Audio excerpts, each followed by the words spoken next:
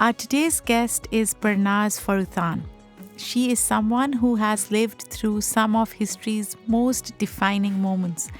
Her early childhood took place in the heels of the Iranian Islamic Revolution of 1979. She remembers attending school and swearing her allegiance to revolution leader Ayatollah Ruhullah Khomeini and being encouraged by her teacher to report her parents if they did bad things, like listening to music, drinking wine, and speaking poorly of Khomeini. But at the age of 6, this course of life was altered when her family uprooted them to a suburb of Los Angeles.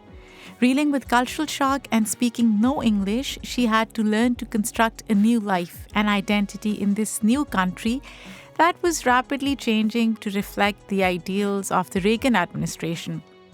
But 19 years later, after a life-altering moment, she returned to Iran to rebuild her relationship with the culture and identity that was lost.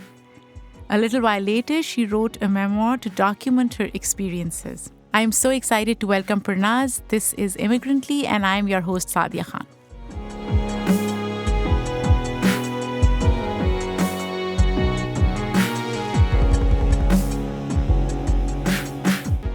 There would be these gatherings of young people, and they would have to be hushed.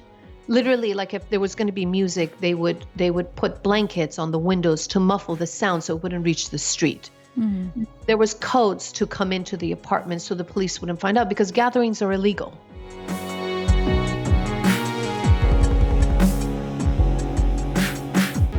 Parnaz, I'm so excited to have you on my podcast. I'm very excited to be here. Thank you so much for having me. So there is so much to talk about and deconstruct, especially about your time in Iran, your books, and your life in Los Angeles. But we'll start with an interview that you did in which you talked about the time when your family immigrated to a suburb of Los Angeles. By the way, I've heard Iranians call Los Angeles Tehran Angeles. Is that true?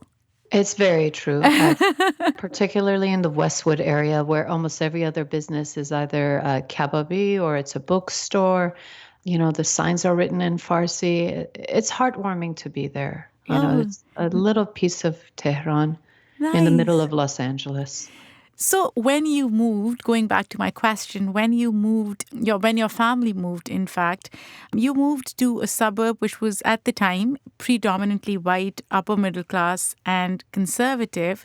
And in your words, it wasn't a good time to be Iranian. This was in early 1980s. Has anything changed now? Is it a good time to be an Iranian now versus, say, in the 80s? Well, now I'm an adult. I have an understanding of my identity and myself. So it's hard for me to speak to that, because when I came here in the 80s, I was a child and my identity was still in formation. So the prejudices and the vitriol and the anger toward Iranians in the 80s, this is during Reagan, following the hostage crisis. The Ayatollah is always on the evening news.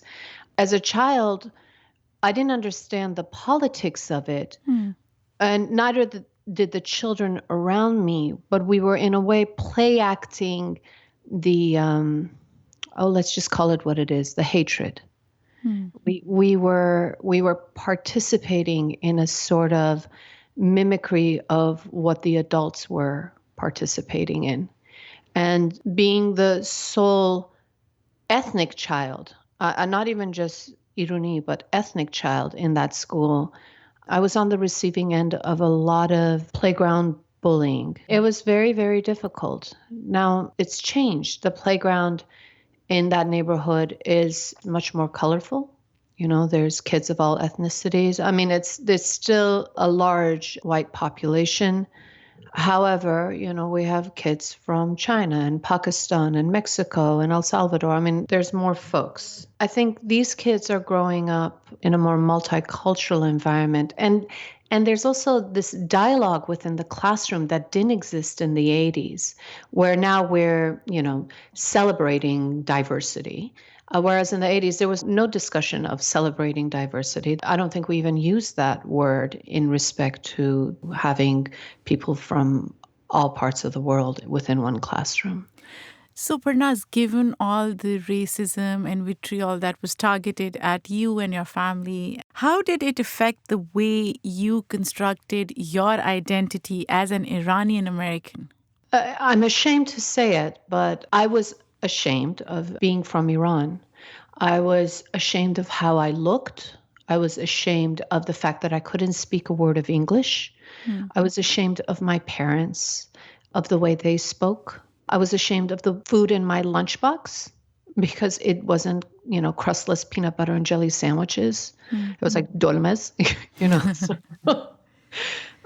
when I would pull it out, I would eat it as quickly as I could because anything that's marked me as different from those around me was a source of shame. And I didn't really, even into my teens, I didn't really quite accept my dual identity. I didn't really accept that I was from Iran and also American. I just wanted to be American. How did that impact your relationship with your parents? I was a secret rebel, meaning that on the surface, I did everything a good Irani girl should do. I was modest in dress, in behavior. Boys never called home, not even for school projects, God forbid. I was an overachiever in school, so I played that a very conservative notion of an Iranian girl. But the minute I left the house, I was a rebel. I would have lip gloss and I was very frank about my ideas. I was very loud in my classes with my opinions. I mean, I was sort of pushing against everything that was happening at home in the public sphere. It was a place to be free. It's so interesting you say that because when I think about Iranian Americans, I think about a diaspora that is very liberal culturally and socially. Now, again, Iranians are not a monolith, like Pakistanis are not a monolith. But somehow in my mind, and friends that I have, Iranian friends or people I've met, most of them come across as so liberal and modern, so as to speak. But what you're describing is different from what I envisage when I think about Iranians in America. I'm seeing a generational shift as well. And I'm not sure where your friends fall in during that diaspora. So in the early wave, right after the revolution, when, we started coming to America, I feel like that generation of parents really wanted to hold on to the old country very much. And the way they wanted to hold on to the old country, one of the methods was to sort of enforce the cultural and gender norms on their girls. So it was, growing up, my cousins and I come from a mixed religious household. So it was the same on my Jewish side as it was on my Muslim side. The parents were very, very worried about a girl's marriage worthiness, how marriageable they would be once they came of age. And I know that sounds now it sounds very backwards. And I guess then too. It is a cultural nuance, and we can look at it in the cultural context and understand why parents would think that. Now, to some, yes, it may appear backwards, but at the end of the day, we have to understand these cultures to understand the perspectives that people hold. Certainly. Yes, absolutely. And those restrictions were in battle with everything around us.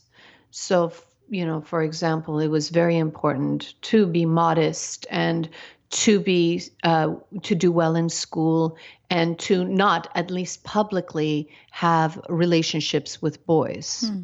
But then you leave the sphere of that small community and your home, and you're outside where everything speaks against that.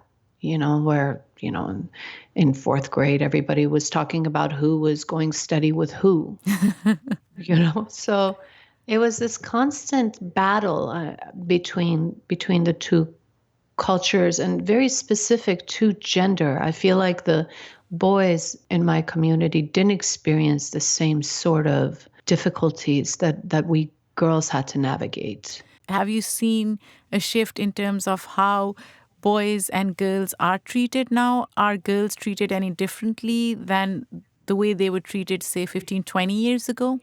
Absolutely. Mm. I feel like there's been, and I have a very contentious relationship with this word, but I'm using it here. I've seen a lot of assimilation into American culture. Mm. So the young women of my community right now are much more open about everything that they're doing. They're not so concerned about what the elders in the family will say about them or their reputations and so forth. They're pretty much free to behave in the ways they want to. I mean, certainly the echoes of those restrictions exist, and I'm sure that places some restrictions on the modalities of their behavior, but overall, I see a lot more, I don't know how to say it, much more liberal approach to self, to expression of self. And do you see any particular reasons for that shift to being more accepting of American culture or to be able to integrate more freely? I haven't thought about that, but the few things that just come into my mind now, I think as a culture, we're very adaptable. I think we want to fit in. We want to be accepted. An example. The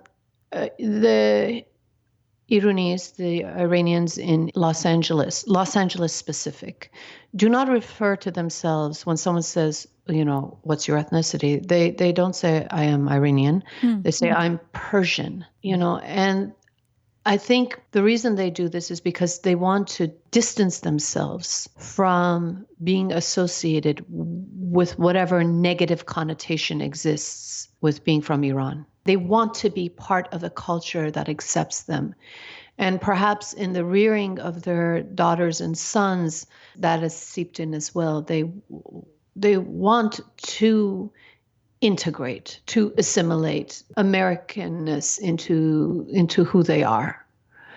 So perhaps that's it. And I'm not sure actually what's led to the shift. Maybe it's just the onslaught of a dominant culture. And it's difficult to maintain the old ways or who you were prior to this new home when everything around you is screaming against that and has a negative view of what that is. And also maybe because the people who are in their 20s now are probably a couple of generations removed from the generation that moved to the US. I think integration becomes much more natural and organic. Yeah, absolutely. I mean, in a few days it's Nowruz. It's the Iranian New Year. Huh. Yes, so I've laid out our traditional sofraya hafsin, and I'm getting the gifts and everything. But I have children, and we celebrate Christmas too. Huh. We do both. And my parents were very staunchly against celebrating the Christmas holidays because it was not ours. And I remember as a kid, I was sad about that. My kids, my peers would come to school and brag about all the wonderful gifts and Santa this and Santa that. And I felt isolated and separate from the culture that I was growing up in. I didn't want my kids to have that it led to a sort of resentment for me, and I don't want my children to grow up that way. I wanted them to grow up loving the culture that their mother was presenting to them and sort of accepting it as their own without juxtaposing it as something, against what their peers experience. This is such an interesting point because we don't celebrate Christmas. We wish our friends who do. and we even give them gifts, but it's not like something that we celebrate in our household, and I'm assuming my kids are fine with it. But after having this conversation with you, maybe I should go home and sit them down and have a serious conversation as to what they really feel about that. But maybe, I guess, we are in a predominantly Jewish town and many Jewish kids don't celebrate it as well. So I think that's one of the reasons why they don't feel it as much, I guess. But going back to what you mentioned, Parnaz, about negativity around Iran and Iranian people living in Iran, I want to talk about a piece, an extremely interesting piece that you wrote for NBC in response to the way that the media framed Iranian public's response to the death of General Qasem Soleimani. You criticized the fact that, American news outlets were framing him to be a revered hero to the Iranian people. You were basically challenging the notion that Iranian people thought of him as a hero. Now, here's my take on it. I believe his funeral procession was large. Now, we could say that loyalists probably came out in droves to show solidarity. Most of them probably were government loyalists. But Iran has a range of opinions. It's not a monolith. Is it fair to say that the way he was killed made him more of a martyr than if he died any other way? So what I saw was Iranian population's solidarity to their nation rather than to Soleimani per se. I don't know the way he was killed. I mean, certainly U.S. intervention in Iran's politics has a turbulent history. So I can understand how there would be fear and anger at this sort of bully approach to country's system of governance, which is what the U.S. has been doing for years and years. However, the funeral processions, I don't think represented the vast majority of people. What I did hear from family and relatives in Iran at that time was that public transportation was at a complete standstill because they were using everything to bus people in to fill up the squares, so that when they showed footage of those processions, it would seem like a huge moment of national solidarity. Now, whether it was or wasn't is very difficult to assess because we have limited access to information, right? Right.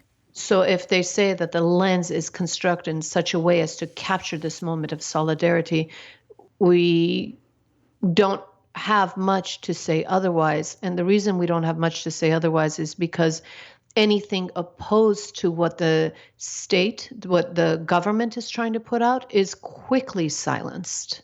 In a government like Iran, in order for that government to function, they have to control very closely the image and what people say and what people think. And that's been happening for 40 years. I mean, that fear, that terror has been instilled in the people. So when someone is martyred, and that's a very loaded word, right? If the government is saying this is a martyr, anyone standing in opposition to that is risking their life. Yeah. So you're not going to see or hear from them. Yeah, that makes a lot of sense. But what do you think this says about the role of Western media in providing these one-sided narratives for issues related to Iranian politics? I see it all the time. What is your take on it? In this case, particularly, I was shocked to see the sort of amnesia that existed in Western media. I mean, just 2 months prior to that, there was the protests in Iran. And then there was the internet blackout where you didn't know what was happening. And it was terror that was happening. They were opening up live ammunition in the crowds.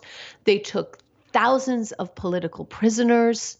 I mean, it was a nightmare that the rest of the world did not witness. And considering Soleimani's role within the government, it's pretty safe to assume that he also had a part in that because he did have a part in quelling protests in general. The army kept moving today, trying to head off the demonstrations, keep them where possible from growing in size.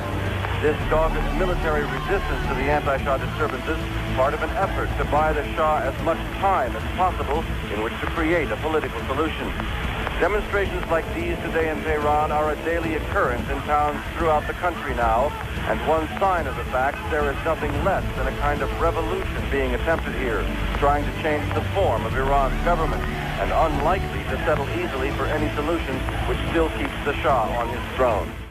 The 50,000 volunteer marshals along the route were no match for the hundreds of thousands of Khomeini followers in the streets of Tehran. Residents, revolutionaries, soldiers driving through the streets where there are no traffic jams, waving pistols, rifles, machine guns. The end of Iran's monarchy came early today when Khomeini's followers took control of the palace of the Shah. The imperial guards there gave up without a struggle. Two of Iran's top generals, the commander of the ground forces and the head of the Shah's imperial guards, have been killed, roaming the city of Tehran in search of officials, those loyal to the Shah. The Khomeini followers also located the military governor of Tehran and his aide. Both of them have been taken into custody. It is said they will be tried. There were also firefights like this one throughout the city. So we just witnessed that. We saw the images of the crowds before the blackout. Then there was headlines about the blackout. And then all of a sudden, there is this amnesia, and the Western media starts reporting about, oh, the people of Iran are now mourning their beloved hero. And I felt like pulling out my hair because I couldn't understand why we weren't putting two and two together, why we couldn't see the entire narrative. And maybe it's not just the media's fault. Maybe it's the viewer's fault as well, because we can't just sort of consume what we're being given. I think we need to piece it together. We need to come to our own conclusions and demand to know the whole story. Yeah, but in case of Iran, would you agree that America has a history of oversimplifying and sometimes even glorifying some periods of Iranian history and on other occasions completely erasing them? We see that specifically with the way Shah of Iran, Mohammad Reza Pahlavi, was portrayed, right? His corruption, authoritarian tendencies, his close relationship with the U.S. was always somehow overlooked or justified. Absolutely, yeah. That goes back almost like 40 years, even more than 40 years. And I think that's why when I think about Iran and how Iran is portrayed in media and how people consume news about Iran, I don't blame people as much because I feel like they've been fed a narrative for so long that if I were fed that kind of narrative about a country or an ethnicity, it would be very difficult for me to break away from that. Yeah, you're absolutely right. It's impossible when we construct an entire narrative of a people for somebody to say, well, to question that narrative. I mean, it's become so solidified, it's fossilized. And as a critic of propaganda, Parnaz, and as a writer of social, political, and cultural topics, what guidelines do you think writers and people in the media should follow in order to not fall into this, category of propaganda and break away from what we're seeing time and time again? I think a culture of inquiry outside of what you said, the forced narrative, is important. And I think we need to stop looking at a particular, just the nowness of an event and start understanding the history that precedes it.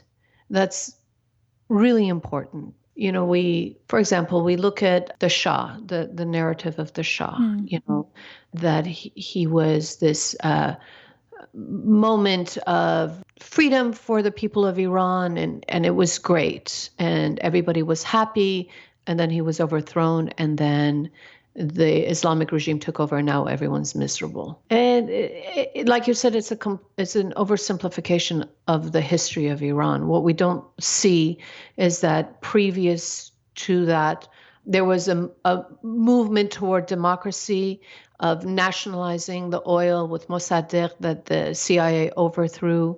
And then previous to that, in the early part, from like 1906 to 1911, there was a democratic uprising in Iran that was overthrown by the British and the Russians because they wanted the natural resources of Iran. They wanted their position there. And so it didn't matter that the people wanted freedom and representative government and a democracy. I mean, it's one of the most beautiful moments in Iran's history that was very quickly destroyed. So when we're looking at now, we can't forget all of the history that precedes it to understand the complexity of what we're seeing before us. And maybe the nature of how stories are presented to us needs to change completely.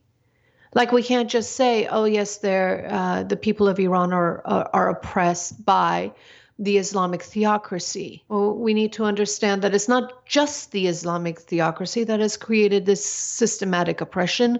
It's colonialism. It's foreign countries that have vested interests that are willing to sacrifice an entire nation of people for what they want. Well, maybe we need to tell fuller stories.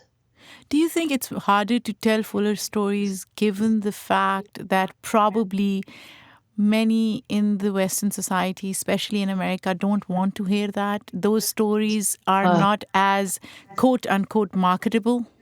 Yes, absolutely. Maybe I'm wrong. Hold on.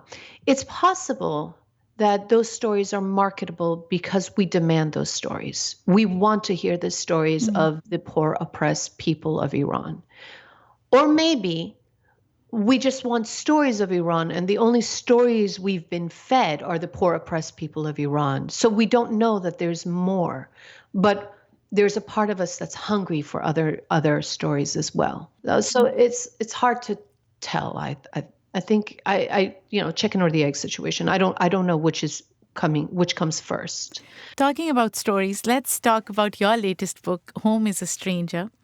It's a memoir that details your journey of returning to Iran. And the book's description puts it beautifully. It says, and I'm quoting, 19 years later, after the death of her father and a frightening diagnosis for herself, she decides rekindling her shattered spirit is more important to her than undergoing open-heart surgery. She returns to her homeland, this time as a stranger. Parnaz, if you don't mind talking about it, could you tell us a little bit about the emotional state you were in after your father's death and your own diagnosis? Yes. So in my teenage years, when I was 17, my father was diagnosed with Lou Gehrig's disease. And it's a devastating way to die.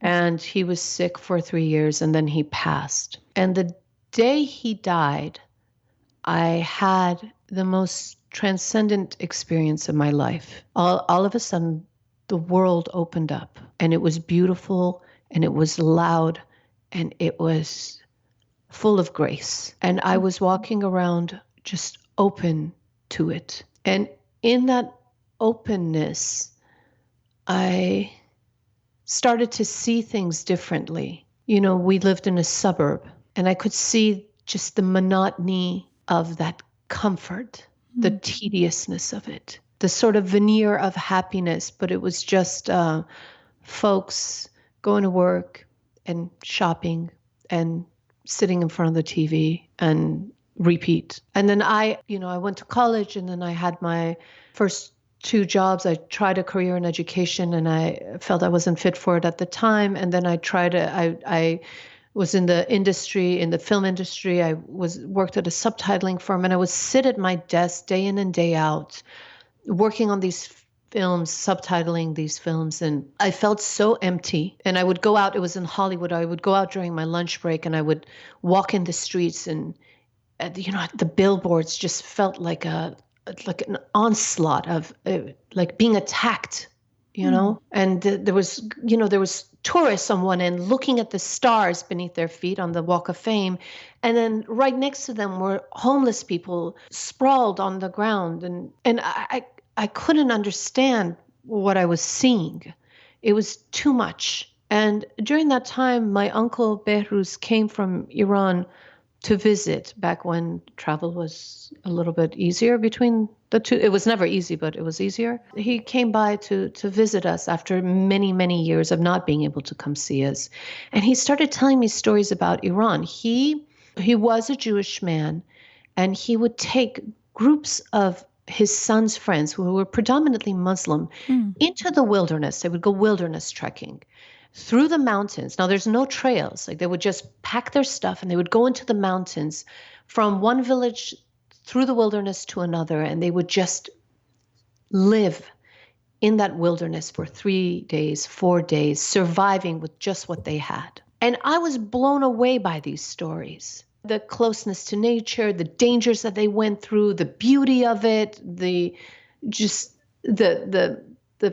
stories of the parties they would have by the fires, the campfire at night. So I decided, you know what? It's time for me to go back. I hadn't been back to Iran since we escaped, since I was 6 years old. And another reason why I wanted to go back was because when my father got sick, I was 17 and he died. I was 20. I didn't ever get to know him as an adult, as I was a child. When I knew him, he was just father. I didn't know him as a human. And I was very hungry for knowing who he was. And I thought, well, if I go to Iran, I'll see something of him. There'll be something of him there. So I packed my bags and I went to Iran. And when I got there, I was scared. I was really scared because the narratives I saw of Iran were the same narratives everyone else was seeing. And you went alone, like not with your mother, not with your sister, just alone. Wow.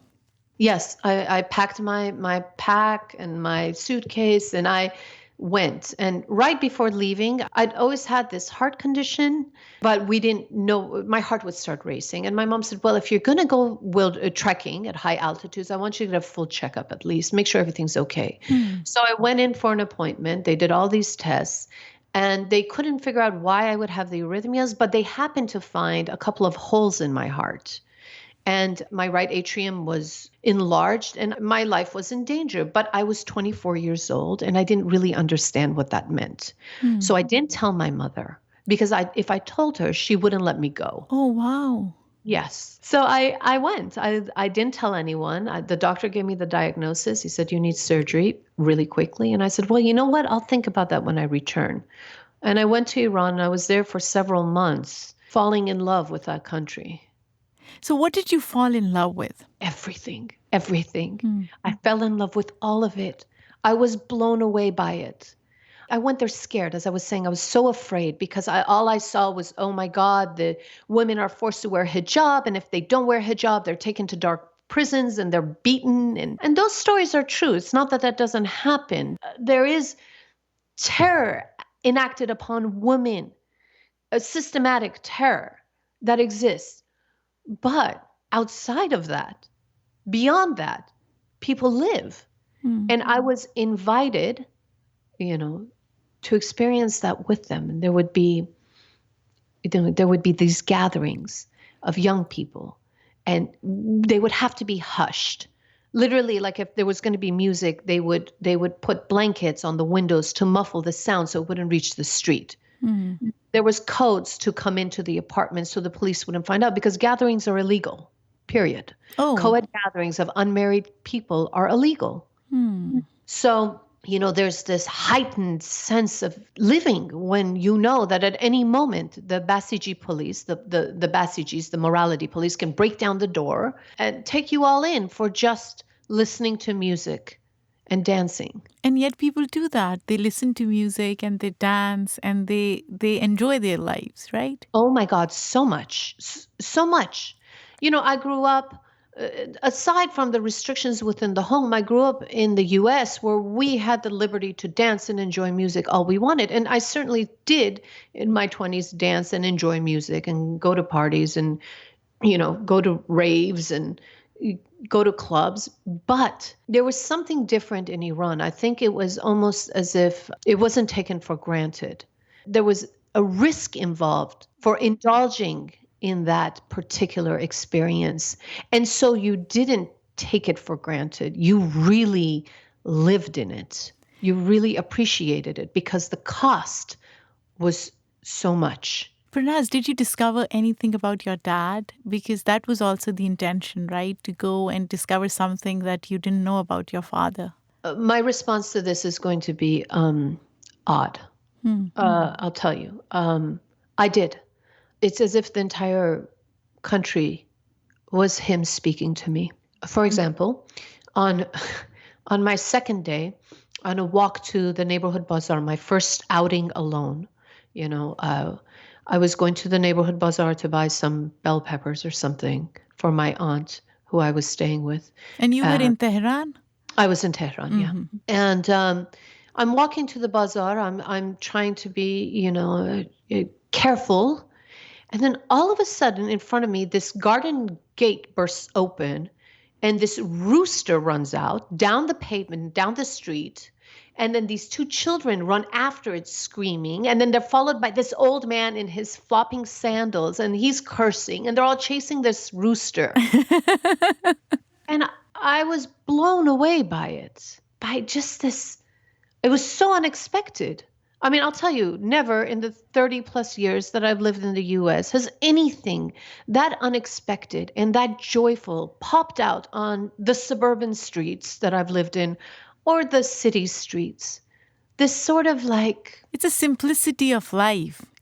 The simplicity of it. And the old man was cursing, but you could see that he understood the sublimity of that moment in the way he was laughing and chasing his grandchildren and the rooster. Yeah. There was poetry in it. The people of Iran are very sensitive to the poetry of life, to the sublime in the day-to-day. I mean, every taxi driver is a poet, I swear to you. If they're not a poet themselves, they know poetry by rote. And they will just throw it in conversation. You're driving, they're taking you somewhere, you're having a political discussion, and all of a sudden they're throwing in a line from Hafez by memory. They know thousands of lines, it's just so alive.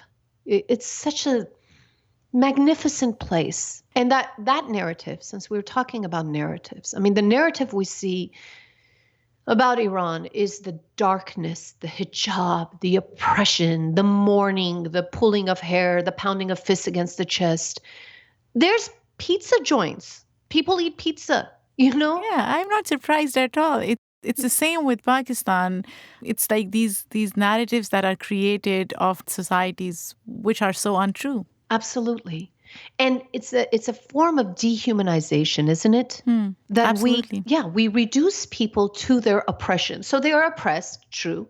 But then we reduce their entire story to that oppression. So that we strip them of their humanity. The best intentioned of us take away their humanity because the only thing we're looking at is their suffering. We're not looking at the courage with which they live their lives, the joy which they bring to it. I don't know. I feel like that's important to know. Absolutely. Absolutely. So what do you hope readers to take away from this book, Parnaz? I hope they see that. They see and I write this book about myself at 24, and I was surrounded by 24-year-olds. Right. And there's a particular joie de vivre, I don't know, happiness, this particular thirst for life that comes with being that age. And I focused on that thirst, wanting to experience the world. I mention the restrictions and the besiege and the oppression, but I did not want the volume of that turned up. I mean, I couldn't ignore it because that would be irresponsible and a lie, because it is obviously very much a part of the story. But I didn't want to draw the reader's attention to that because I feel most narratives, particularly nonfiction narratives about Iran, are around that. Oh, the oppression. Oh, how about just how people fall in love, you know? And how was your transition back? Like when you came back from Iran to Los Angeles, what were initial few months like? Oh, well, I came back right after September 11th. Oh, So I was in Iran during September 11th. And then I returned to LA a little bit, I think about a month after. And it was uncanny. The world had been turned upside down in the period of a month. I left Los Angeles with life being normal. And when I came back, there were flags plastered everywhere. There was murals of people, soldiers in fatigues with helicopters and eagles and fire, and there's the people, the Iranian community was very frightened because there was a lot of antagonism toward the people. So my uncles had put flag bumper stickers on the windows of their cars and their bumpers to show their solidarity with the U.S. But even still, when they would come up to red lights, people would spit at them. You know, my own grandmother had a flag on her car because she was frightened. So I left the U.S. in one state of being and returned to it upside down, completely different. And at the same time, I also had to have my heart situation had gone out of hand. So there was this violence against my body as well. I needed to go in for surgery. It was very, very frightening. So I was watching the world go through this sort of shaking up and fear and darkness. And then also within my own experience, within my own body, there was this tumultuous, this moment of terror of am I going to die? And it all came collapsing down. It was quite overwhelming. and what kept you going in all of this? God, I'm a spiritual person. It was God that kept me going. During my father's death, I had a spiritual awakening, a very transcendent moment of rapture where the world was opened up to me. And we can call it whatever. I mean, you can call it nirvana, or you can call it, I don't know, anything you want. The universe spoke to me. And at that point, I called that beauty and that grace God. And I felt that presence in the darkest moments of my life. And that's all that kept me going. Because there was really, after my surgery, I was in and out of the emergency room because my heart was not complying. And I was in a lot of pain because I had become so afraid to move that all the muscles in my upper body had depleted. So then I was on a lot of pain medication that was sort of dulling my wits, So it was a period of very dark, deep depression. And the only thing that kept me alive was the beauty of the world as it manifested. And then I returned to Iran. Oh, you went back? I did. After a few months of convalescence, I returned. I wanted to live there. So how long did you live in Iran then? I think I stayed another 6 months. I tried to get a job there, and there was a young man who was interested in marrying me, and I went back to marry him until his father found out that I had Jewish blood, and everything went south from there. I tried to live, and I realized, and this was maybe one of the most heartbreaking moments of my identity formation, that I wasn't Iranian. I wasn't. And I wasn't American either. So now it was a question of, where do I fit in? What's my home? So have you found that sense of belonging now, like 20 years from all that was happening around 9/11? Yes, I have. And it's going to sound cliche and silly, and you will forgive me, and you can edit this out if you like. But this tiny little speck of a planet is it. This is home. Yeah. And every single human being on it is mine. That's beautiful. Yeah, that makes so much sense. I love Iran, I love it.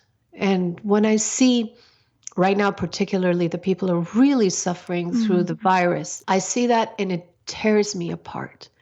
And I love America. I love it. It is so beautiful in its essence. And you know what? I love Pakistan, and I love Mexico, and I love El Salvador, and I love the Italians. It's home. I think it's time for us to evolve. Not saying that I'm evolved, forgive me, but I think it's time for us to evolve past the notion that our political boundaries define us and separate us. That is a very barbaric idea. I wish people think like you more and they accept others as their own, and we won't have the problems that we have. Of course not. And imagine this, what we could achieve with that sort of solidarity once we drop this sort of inane, infantile notion of you live there across that wall and I live here.